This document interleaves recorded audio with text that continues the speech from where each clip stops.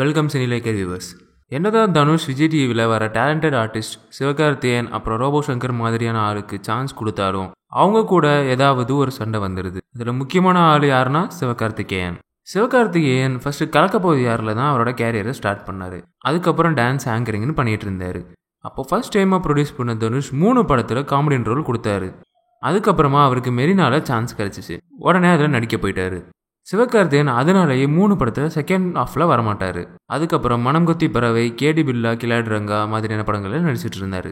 அதுக்கப்புறம் மறுபடியும் எதிர்நீச்சல் படம் சேர்ந்து பண்ணாங்க.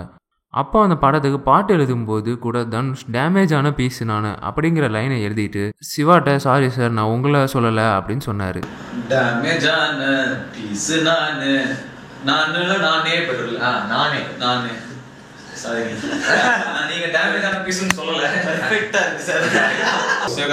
அந்த படம் ஹிட்டுக்கு அப்புறம் சிவாவோட மார்க்கெட் வேல்யூ ஏறிச்சு.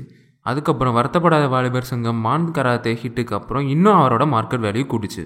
அதுக்கப்புறம் ரொம்ப நாள் கழிச்சு தான் தனுஷ் சிவாவோட காக்கி சட்டை படத்தை ப்ரொடியூஸ் பண்ணார். அதுவும் சிவா அவரோட மார்க்கெட் வேல்யூவை குறைச்சிட்டு தான் படம் பண்ணார். அப்போவும் அவங்க 2 பேருக்கு நடுவில் ஏதோ ப்ராப்ளம் இருந்துச்சு. அந்த படத்தோட ப்ரமோஷனுக்கு ஒரு சேனலுக்கு வந்து சிவாட்ட தனுஷ் கால் பண்ணி பேசினார். அப்போ கூட சிவா நீங்கள் கால் பண்ணது ரொம்ப நல்லதாக போச்சுன்னு சொன்னார். அதுக்கு தனுஷ் ஆமாம் நான் கால் பண்ணது நல்லதாக போச்சு, எங்களுக்குள்ளே எந்த சண்டையும் இல்லை அப்படின்னு சொல்லி ஸ்ட்ரெஸ் பண்ணி சொன்னார்.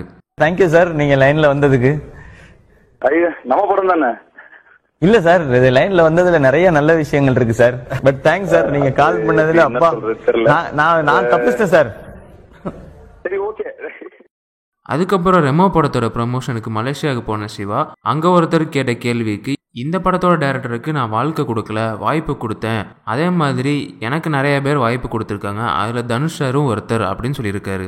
படம் பண்ற பாக்கியராஜ்லையுமே சொல்லுவேன், அவர் வந்து ஒரு வாட்டி சொன்னார், எனக்கு டப்புன்னு ஒரு நாள் காலில் விழுந்தார், எனக்கு வாழ்க்கை கொடுத்துருக்கீங்க, தயவு செஞ்சு அந்த வார்த்தையை பயன்படுத்தாதீங்க, வாழ்க்கை கொடுக்கறது அப்பா அம்மாவால் மட்டும்தான் முடியும், வாய்ப்பு வேணா கொடுத்துருக்கேன்னு சொல்லுங்க அப்படிங்கிறதான்.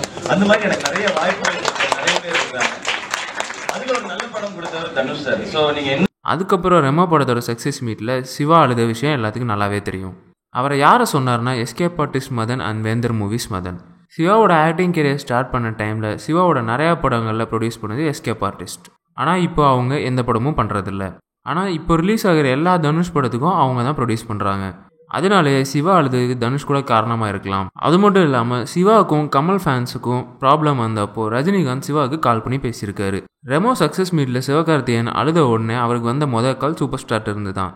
சிவாவுக்கு சூப்பர் ஸ்டார் சப்போர்ட் இருக்குன்னு தெரிஞ்ச தனுஷ் ரஞ்சித்தும் சூப்பர் ஸ்டாரும் சேர்ந்து பண்ணுற அடுத்த படத்துக்கு ப்ரொடியூஸ் பண்ணுறாரு. அது மட்டும் இல்லாமல் VIP 2 படத்துக்கு சூப்பர் ஸ்டாரை இன்வைட் பண்ணி ஃபர்ஸ்ட் கிளாப் அடிக்க வச்சார்.